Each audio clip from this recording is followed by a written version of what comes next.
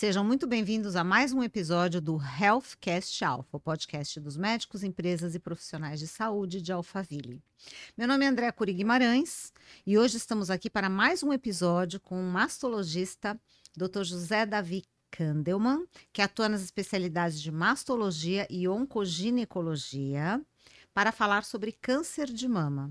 José Davi é graduado pela PUC-SP e tem especialização e doutorado pela Unifesp. Fez sua formação em cirurgia robótica pelo Memorial Hermann Houston Texas University para dar uma opção de tratamento oncológico mais eficiente e menos agressivo para suas pacientes. É diretor técnico da JHD Mastologia Oncoginecologia, onde coordena uma equipe multidisciplinar. Atua no grupo de mastologia e oncoginecologia dos hospitais Albert Einstein e Oswaldo Cruz. E é membro titular da American Society of Breast Disease, da Sociedade Brasileira de Mastologia e da FEBRASGO. José Davi, seja muito bem-vindo mais uma vez ao Healthcast Alpha. Muito obrigado, Andréa. Estamos aqui para continuar dando o máximo possível de conhecimento para as nossas espectadoras. E hoje nós vamos fazer um formato, né? Diferente dos demais podcasts, mas igual ao podcast anterior, que é um formato de aula, né, onde você vai estar fazendo uma coisa assim bem passo a passo, né, para as pessoas leigas, né, para o público leigo. E queria que você falasse um pouquinho sobre o lançamento do seu e-book em setembro, né? Então, a gente escreveu um e-book, já tá pronto, e aí ele está na mão agora de uma... na realidade, ela é minha prima, uma priminha minha que faz... ela faz marketing visual, ela faz programação visual. Então, ela está agora dando os últimos retoques em fonte, sabe? Aquelas, né, para deixar mais bonitinho. Importante. Ela deve me entregar isso até o começo da semana que vem. A gente está imaginando lançar esse e-book a partir do final desse mês ou começo do mês que vem. Ele vai estar disponível no meu site, que é www.clinicajdk.com.br, e é gratuito. Todo mundo pode baixar ou ler. Ele é destinado ao público leigo, tá? Ele não é destinado ao, então ele é bem didático, né? E eu acho que ele contém basicamente todas as informações sobre o câncer de mama, todas as informações de autoajuda, informações de como o paciente tem que se conduzir emocionalmente. É bem mais completo do que só o câncer de mama. Perfeito. Então, eu acho que ele está muito bonitinho e acho que as pessoas vão poder baixar. A gente já está até pensando em colocar ele no Amazon, para todo mundo poder baixar gratuitamente. Muito bom, muito legal a ideia. E aqui no GC vocês tem aqui o endereço do site do Dr. José Davi Kandelman. Isso. Lá tem todas as maneiras de nos achar também, a minha equipe, né? Perfeito. E o Insta também, né? O Insta também, tudo. Vamos começar?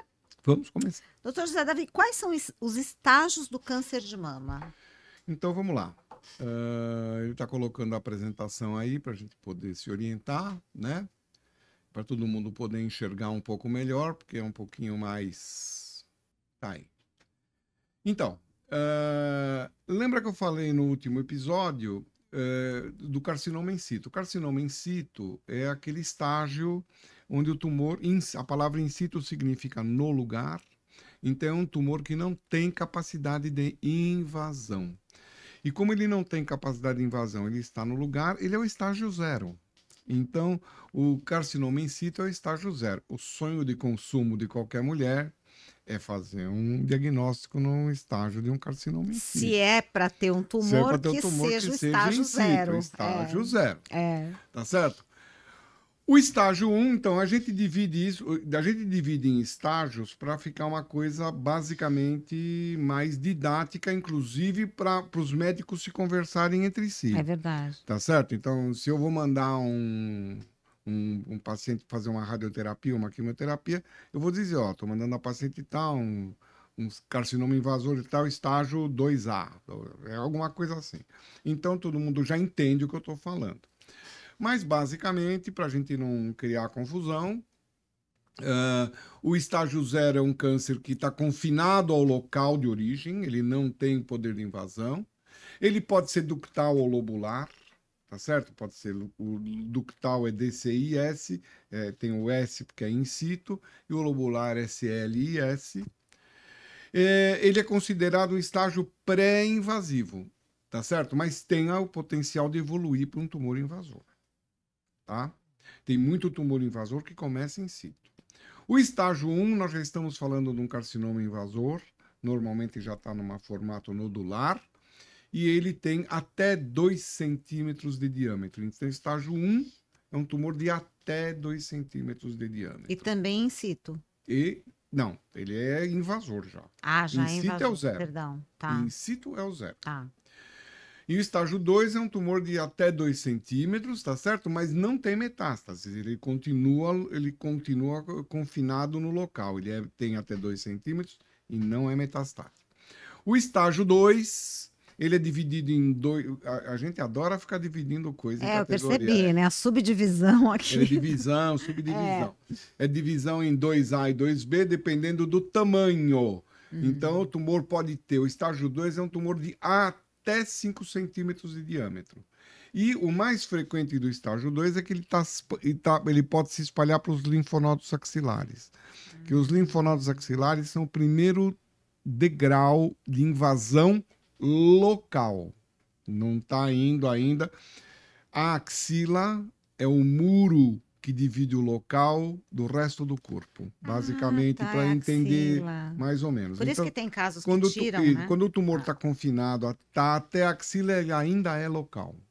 Se ele já passou para o fígado, para o pulmão, ele já virou metastático. Mas, doutor José Davi, deixa eu fazer uma pergunta. Quando eles tiram o linfonodo sentinela. Então o linfonodo nesse caso. Nós vamos explicar isso mais para frente. Boa, vamos lá. Vamos lá. Aqui vamos só os estágios para todo mundo entender. Existe o estágio 3, tá certo? Aí tem obrigatoriamente envolvimento de linfonodo, porque o estágio 2 pode ter envolvimento. No estágio 3 tem envolvimento de linfonodo. O tumor pode ser maior ou ele pode ter se espalhado para vários linfonodos e pode ter metástase para outros gânglios. Linfonodos supraclaviculares, linfonodos da cadeia mamária interna, linfonodos cervicais. Porque a gente tem linfonodo no corpo inteiro, né? Inteiro. Tá. E o estágio 4 é o estágio metastático. Quer dizer, ele já extrapolou o local e está em órgãos à distância. Aí fica difícil? Não. Aí você vai tratar com quimioterapia. Não fica nada. Como eu falei no primeiro episódio, câncer de mama tem muita briga. Legal. Muita briga. Hoje em dia, a gente tem pacientes com câncer de mama que estão aí 20 anos tratando. Já era metastático. Legal. É legal ouvir isso, né? Então, hoje em dia, tem muita briga. Morrer de câncer de mama não é fácil. Perfeito. Muito bom ouvir isso, né? Muito bem. Agora, o mais importante é isso. Qual é a importância do estágio versus o tratamento? Perfeito. Tá certo? Então, nos estágios iniciais, 0, 1 e 2, tá certo? O tumor geralmente não se espalhou e o primeiro tratamento é a cirurgia. Basicamente, eu gosto de falar, eu já falei isso em outro episódio, mas eu gosto de falar da cesta de tratamento. Então, é que nem se fosse uma cesta que você vai no supermercado. Então, a cesta de tratamento você tem basicamente 4 itens. Tá. Na cesta de tratamento: a cirurgia, a radioterapia, a quimioterapia e a antihormonioterapia, certo? Então, você pode basear o seu tratamento com você pode ter que usar os 4 itens ou pode ter que usar um ou 2 itens. Ou a ordem desses itens pode mudar. Tá. Então, nos estágios iniciais, 0, 1 e 2, tá certo? O tratamento, basicamente, o primeiro item da cesta é a cirurgia, Tá. certo? Cirurgia e radioterapia são tratamentos locais. Quimioterapia e antihormonioterapia são tratamentos sistêmicos para o corpo inteiro, tá certo? Então, quando o tumor é local, você vai fazer tratamento local. Quando o tumor é geral, você vai fazer tratamento geral, certo? A antihormonioterapia, ela não é obrigatória, ela basicamente não é um tratamento geral, pode até ser, mas não é, porque a antihormonioterapia é basicamente um tratamento preventivo. Você faz antihormonioterapia para diminuir a chance do paciente ter de novo um câncer de mama. Doutor José Davi, a mulher menopausada, em tese, não precisaria fazer isso ou também precisaria? Fazer, lógico. Também tem hormônio. Você tem que jogar o hormônio lá embaixo. Entendeu? Se ela estava com pouco calor, ela vai ficar com muito calor. Que maravilha, tadinha. Ai, meu Deus, não é fácil, né? Muito bem. Deus. Então, a cirurgia é a remoção do tumor, às vezes, dos linfonodos afetados. Então, é o tratamento cirúrgico. A radioterapia, ela pode ser utilizada depois da cirurgia. Radioterapia é a continuação da cirurgia. As pessoas têm que entender, e aí vem aquela história que nós já conversamos sobre a cirurgia da Angelina Jolie. Eu estou falando da cirurgia da Angelina Jolie porque o povo conhece como Mas isso. é legal. Mas na realidade é adenectomia. O nome certo é adenectomia. Adenectomia. Adenectomia. Adeno é glândula. Tá. Adenectomia é a retirada da glândula. Tá. Ou alguns chamam de mastectomia subcutânea. Subcutânea. Tira. Muito bem. Então, o que é a radioterapia? A radioterapia, ela abrange um campo maior de ação. Ela pega toda a região da mama e como ela é feita, na maior parte das vezes, de forma diagonal, a radiação entra assim, ela acaba pegando também a axila. Você está entendendo? Então, a radioterapia é a continuação da cirurgia. Tudo aquilo que você não tira na cirurgia, você irradia. É como se fosse um jardim, eu gosto dessa metáfora também, é como se fosse um jardim com uma árvore podre.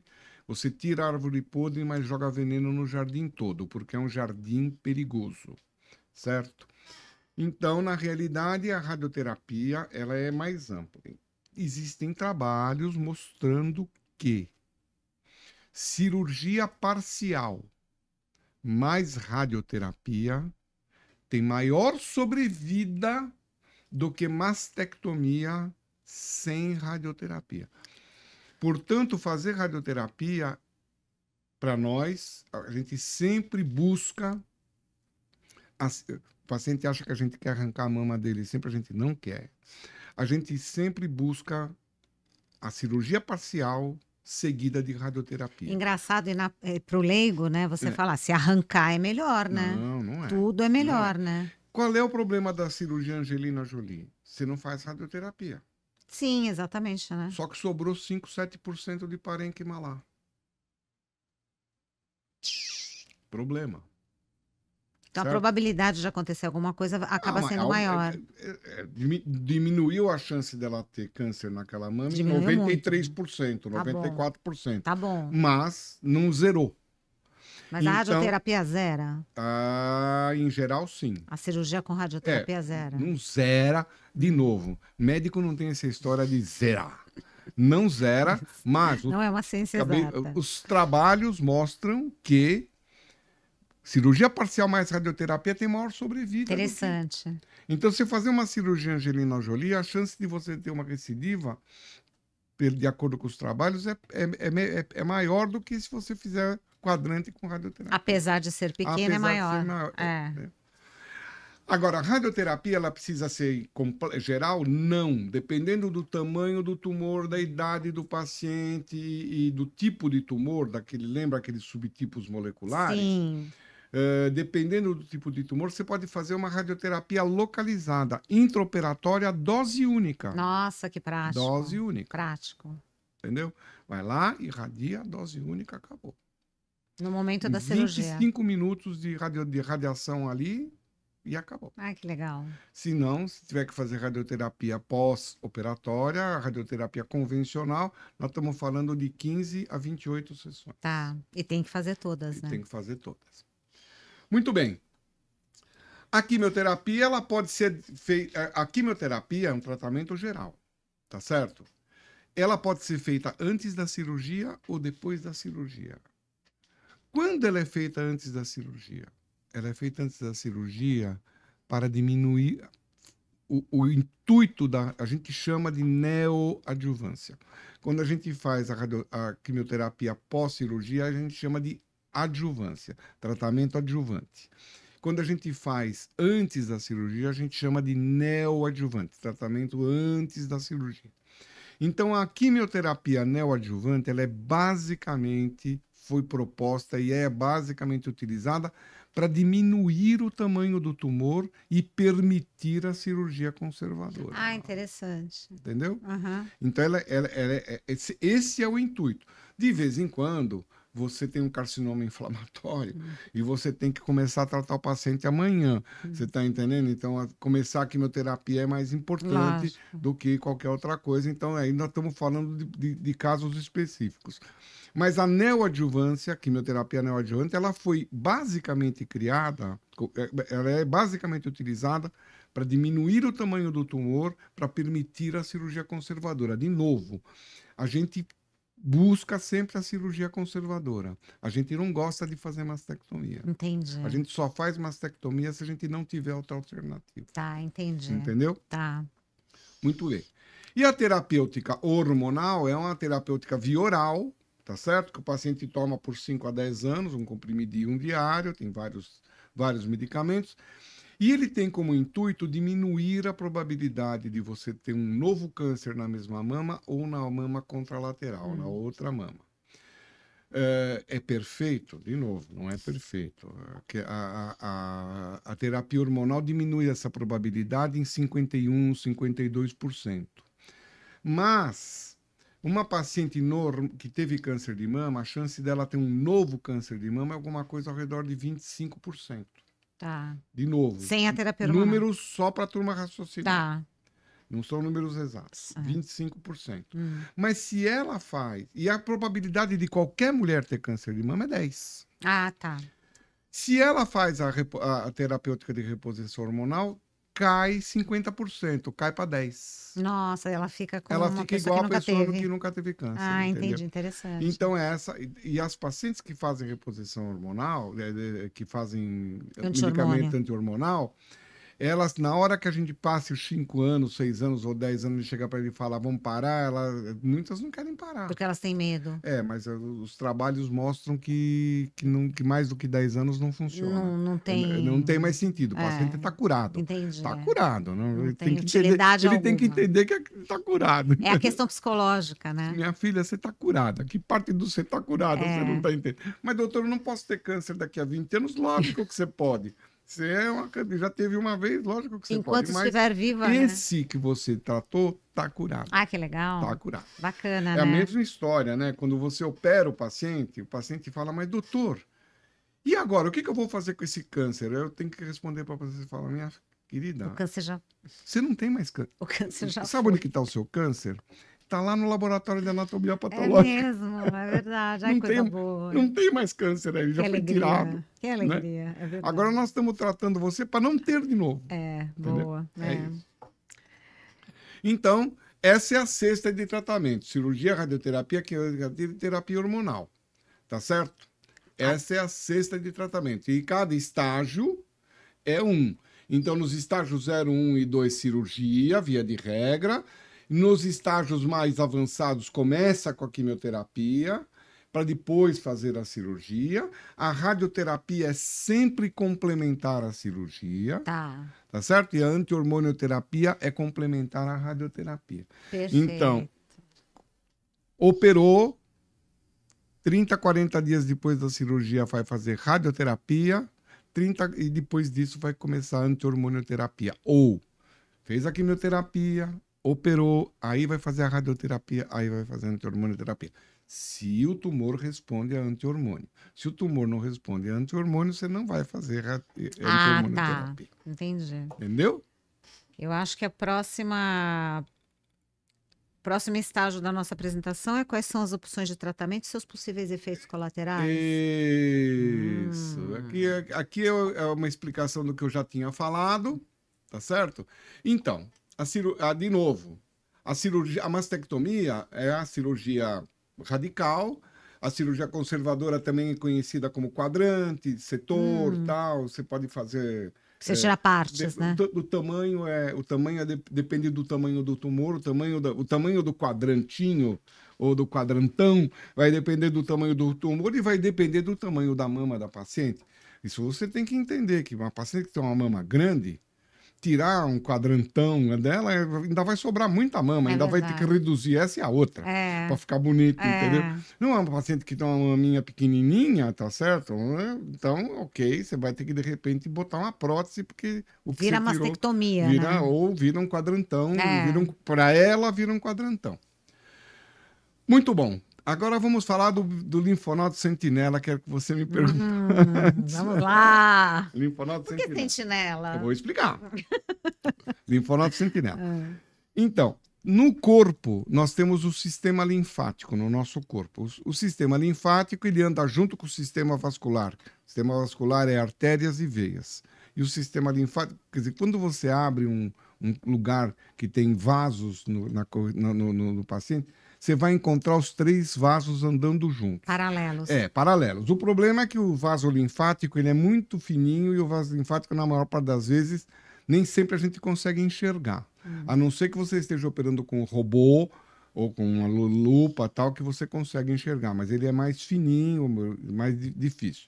E as artérias e veias são fáceis de você enxergar. A artéria leva o sangue oxigenado do coração para o resto do corpo. As veias trazem o sangue sujo, vamos chamar assim, entre aspas, não oxigenado, do corpo para o coração e para o pulmão para oxigenar. Certo? Então, é um sistema de bomba. Tá certo? Vai lá E os vasos linfáticos andam na corrente circulatória, eles são... o sistema linfático é o sistema de defesa do organismo, é onde tem a nossa... vamos dizer, são o nosso exército. Soldadinhos. Exército. E tem no corpo todo. Mas é interessante porque o sistema linfático, ele é composto de vasos e linfonodos. Linfonodos são umas bolinhas feitas de tecido linfático, que são órgãos de defesa.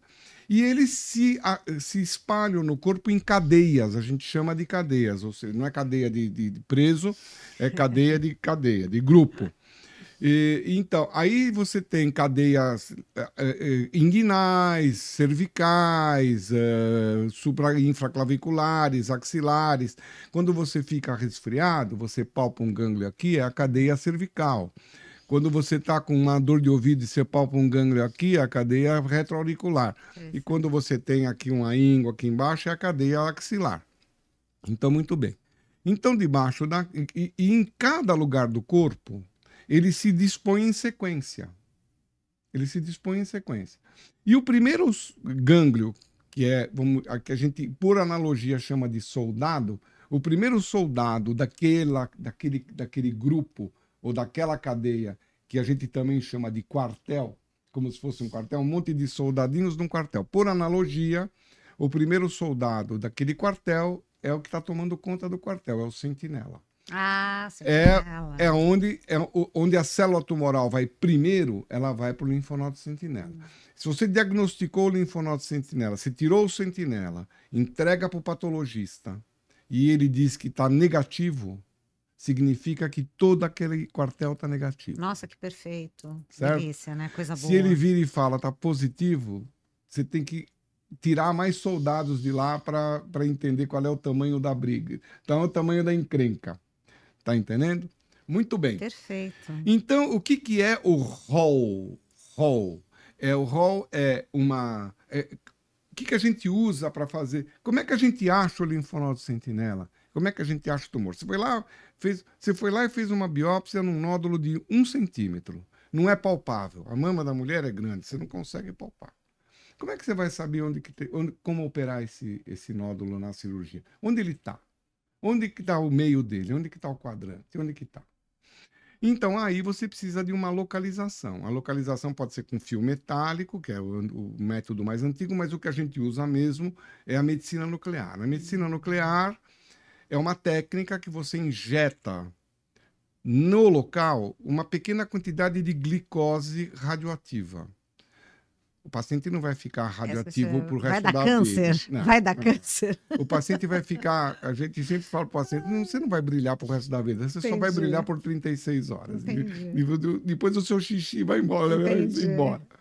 Então, um ml de líquido radioativo.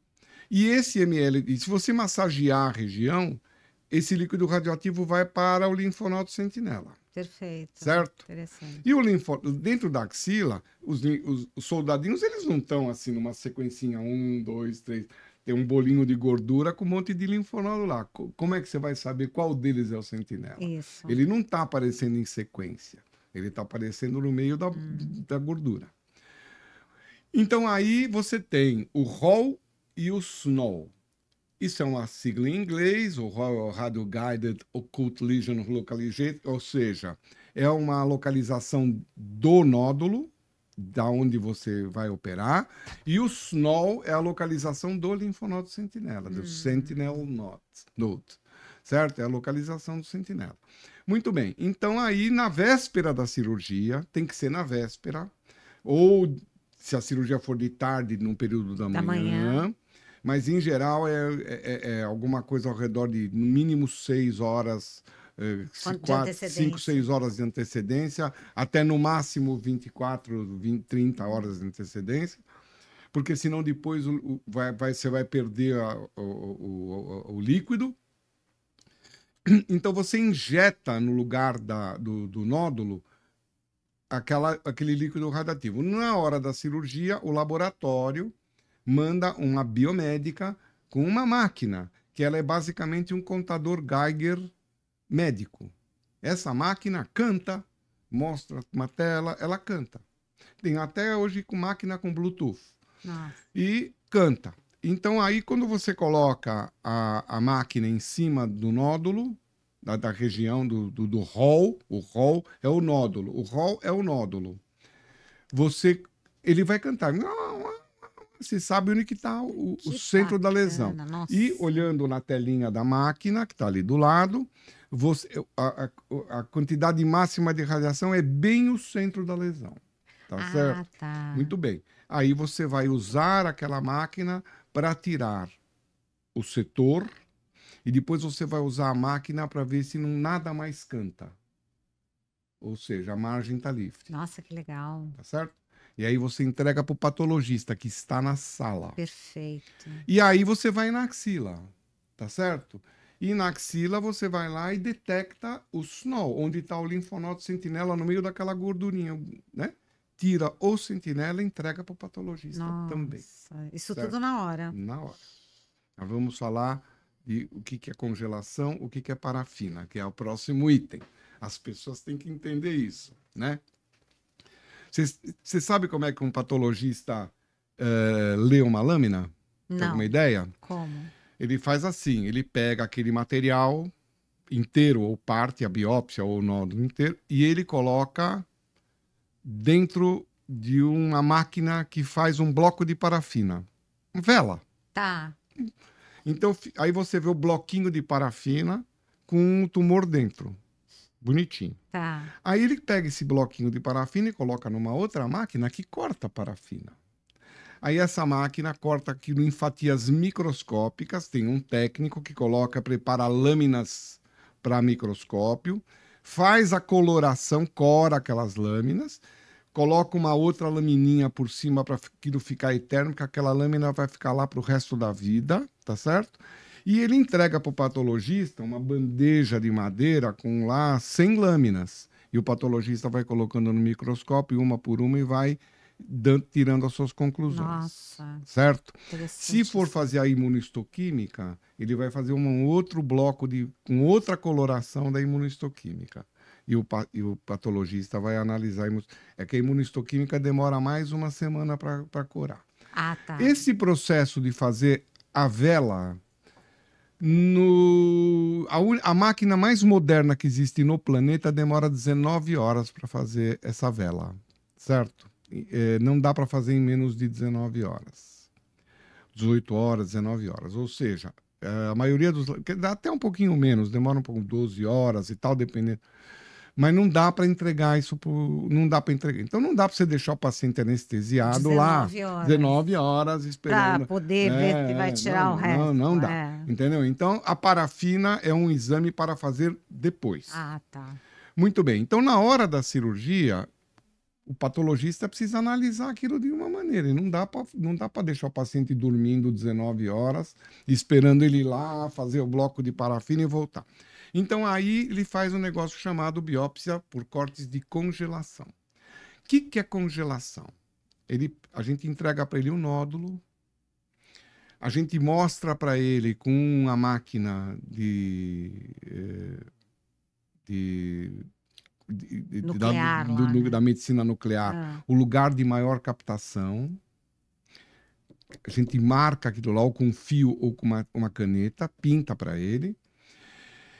E a gente marca tudo aquilo para o patologista. Aí ele vai lá, naquele lugar no meio que é o centro da lesão, ele tira um pedaço, é uma bolinha, certo? E o resto ele vai deixar para parafina. E naquela bolinha, ele coloca aquela bolinha numa máquina que congela a bolinha. Aí ele consegue cortar. Aí a máquina forma uma bola de gelo.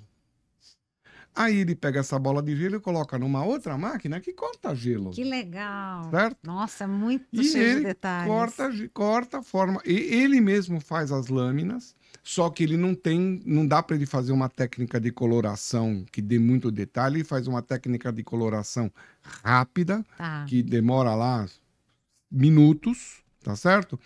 E ele também não consegue dizer para você muito detalhe, mas ele consegue dizer para você é positivo, não é positivo, é invasor, não é invasor. Ele consegue dizer vários detalhes para você, certo?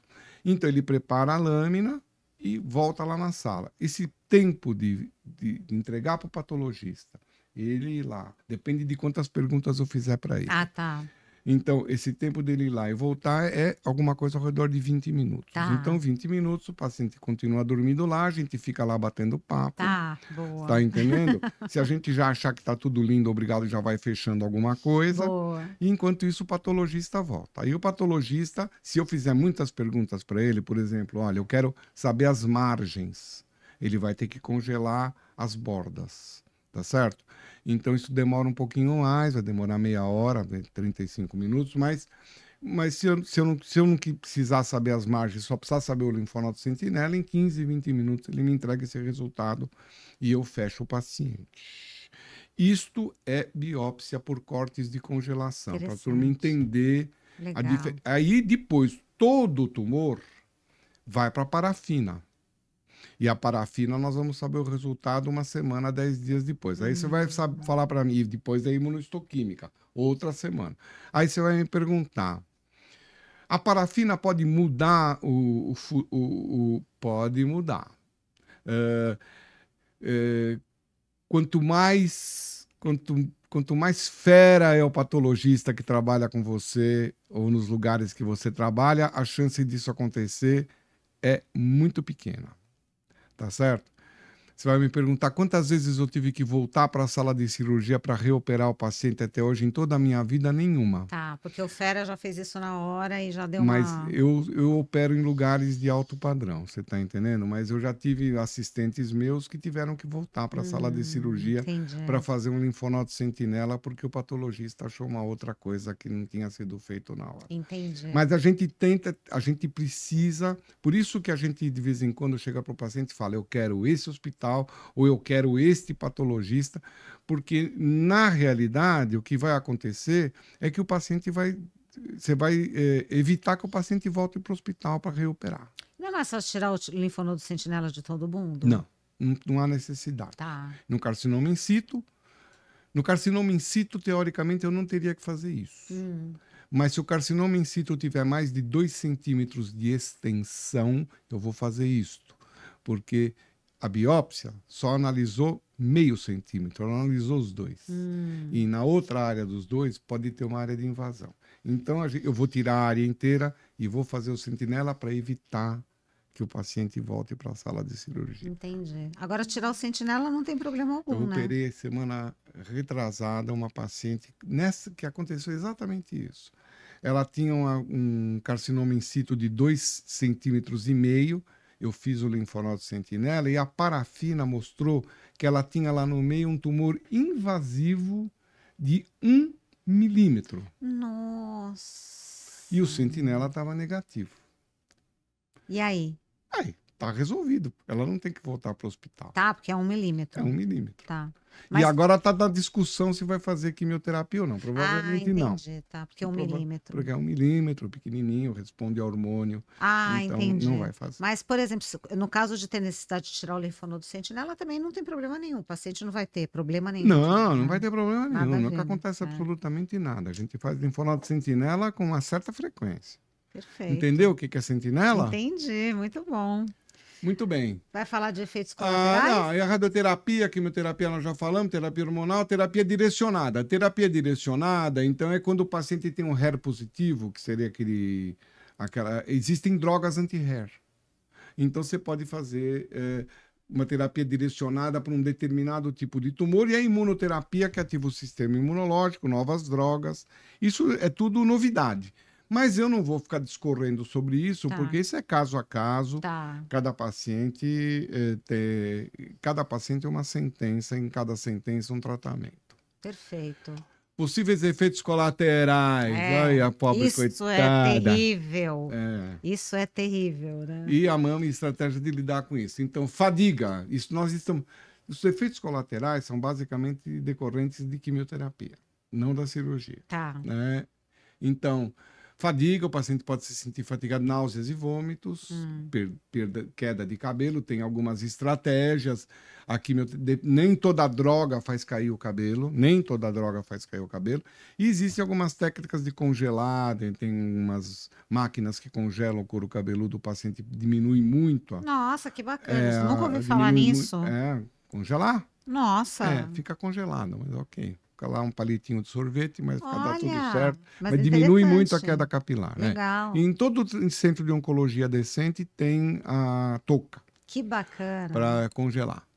O paciente pode ter mudanças na pele, a radioterapia pode causar... Então, na queda de cabelo, você vê lá as estratégias, usar lenço, chapéu, peruca, tal, não sei o que lá. Então, hoje em dia, tem aí... Ninguém sabe o que o paciente está fazendo quimioterapia.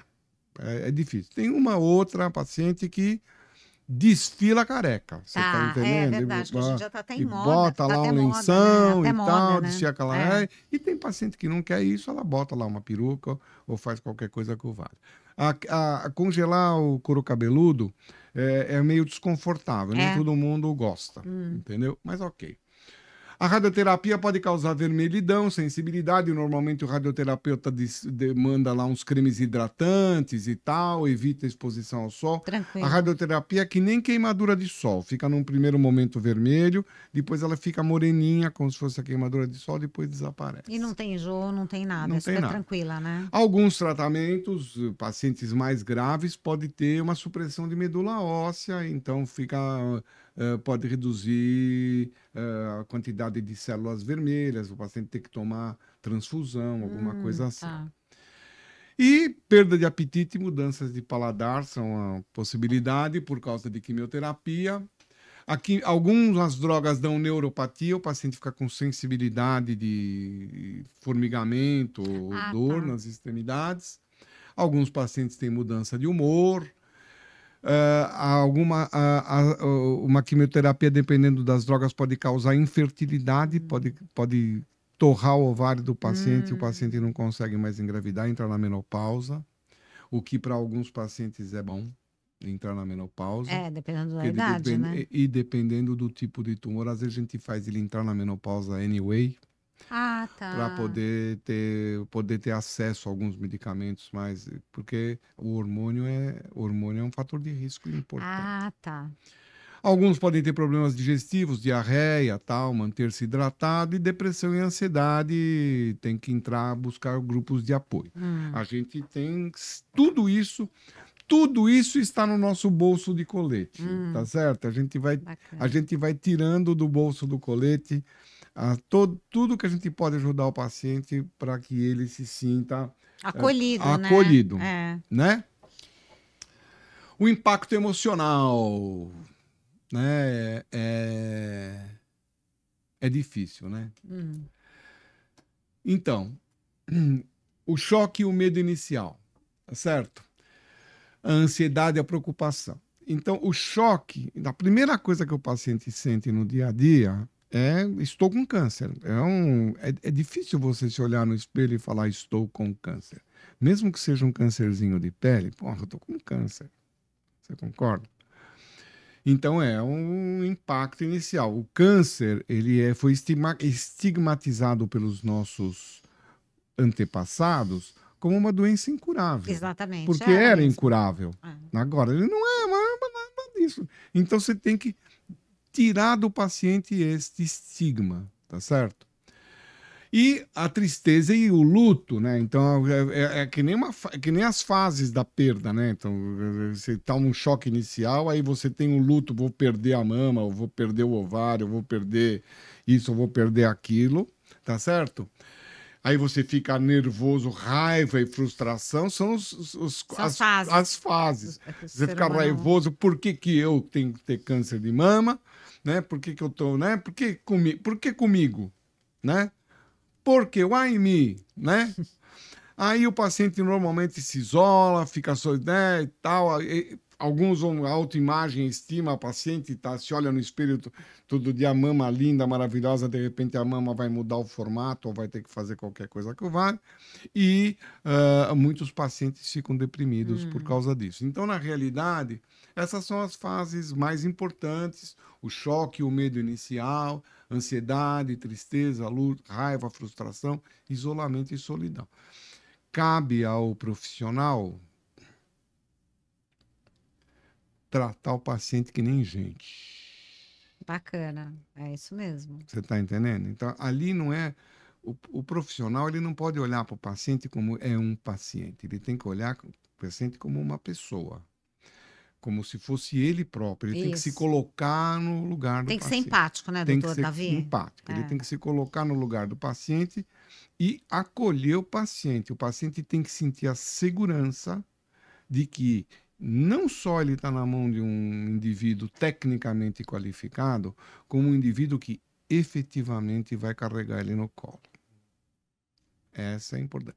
E não só isso, a família tem que entrar nessa jogada. Não adianta eu não durmo com o paciente. É verdade. Eu não estou todo dia com ele.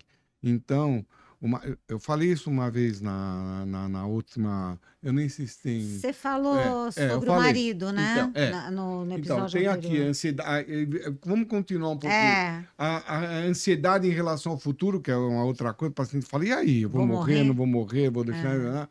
O impacto das relações, aquilo que eu falei da outra vez, o impacto nas relações são o seguinte: dependendo do familiar, do marido e tal, não sei o que lá, tem gente que vaza. Você falou que tem a probabilidade, o percentual é alto? Não é alto, mas, não, não vou falar em números porque eu não consigo, mas eu tenho vários casos que o marido, uma vez a paciente diagnosticada com câncer de mama, o cara foi embora. Nossa. Largou ela lá. Você está entendendo? A maior parte delas acabou refazendo a vida com gente que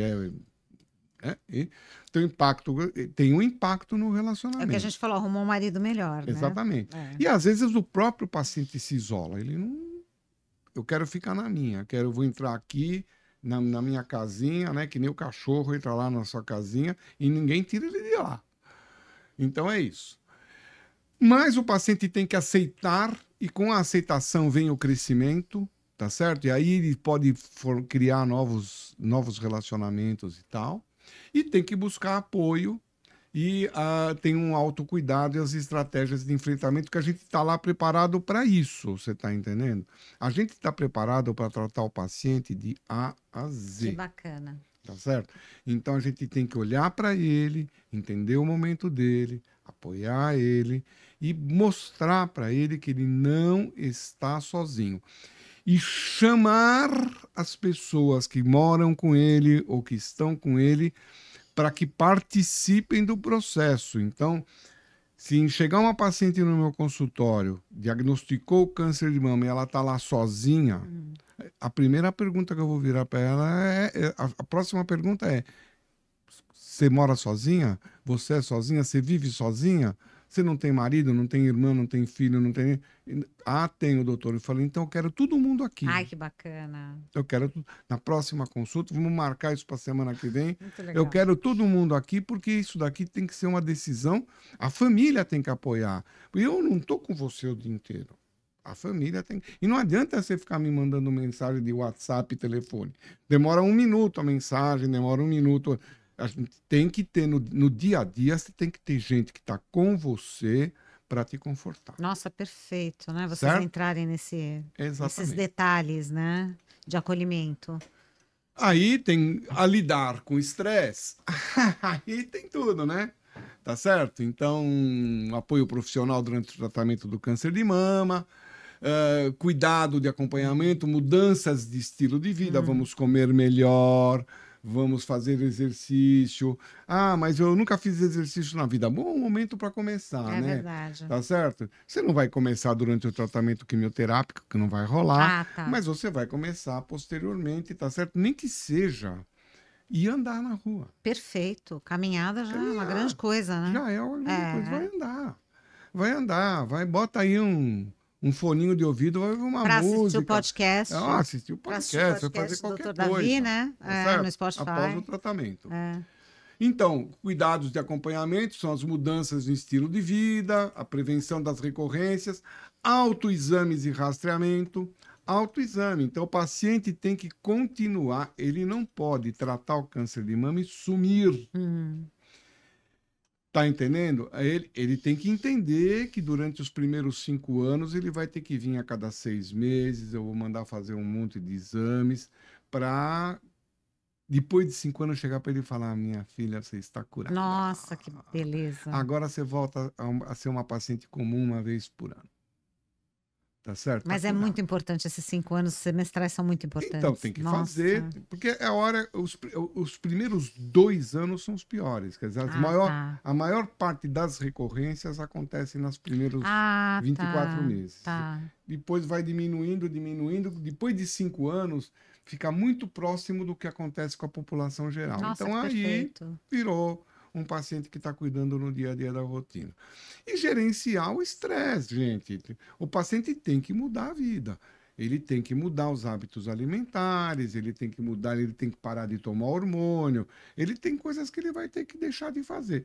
E ele tem que entender isso não como uma coisa que está acabando com ele tem que entender isso como uma coisa que está ajudando ele.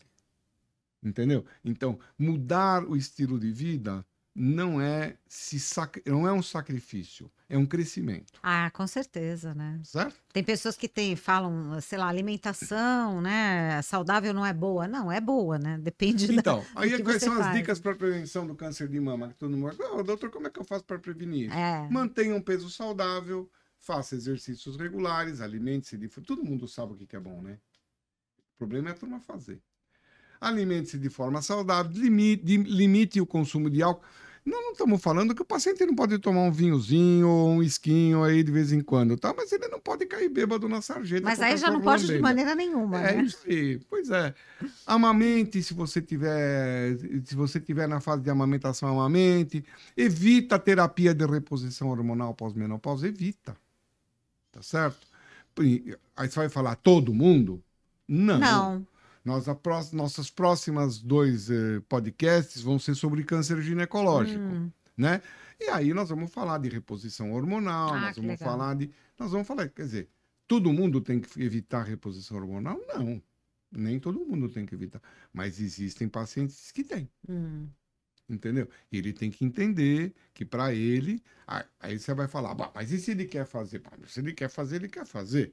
Se o paciente quer fumar e eu falo para ele não fume, ele vai fumar. Ele tem que correr. Se eu falo para Se ele ele não quer se correr o droga, ele risco, vai se drogar. Quer dizer, cada um é dono do seu nariz. É verdade. Tá certo? Porém, Ele não é obrigado a fazer o que eu estou orientando. Eu não estou mandando, eu só estou orientando.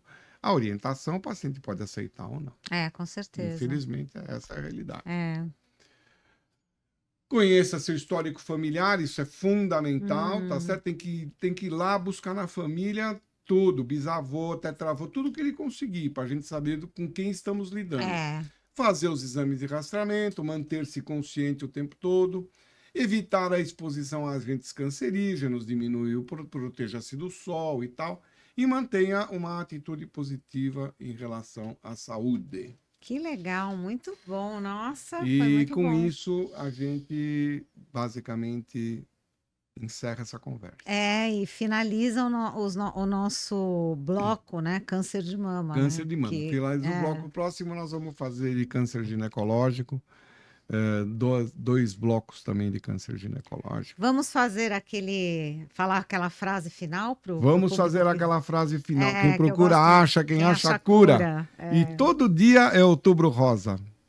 Todo dia é isso Outubro também é Rosa. importante. Todo dia é Outubro Rosa. Não pode pensar na mama só em outubro. Tem que pensar a mama todo dia. Foi um prazer enorme mais Prazer uma foi vez. meu, prazer foi meu. Muito legal, estou muito feliz de estar aqui com você. Eu também. Lembre-se de que todas as decisões relacionadas aos tratamentos devem ser tomadas após uma consulta detalhada com um mastologista experiente que seja membro da Sociedade Brasileira de Mastologia. Sigam o Dr. José Davi, o Healthcast Alpha, nas redes sociais e no site, aqui no GC. Os episódios vocês podem assistir nos canais do YouTube, José Davi Kandelman e Healthcast Alpha, e nas principais plataformas de áudio do Healthcast Alpha, Spotify, Apple Podcasts, YouTube Music e Amazon Music. Obrigada a todos pela presença e até o próximo episódio.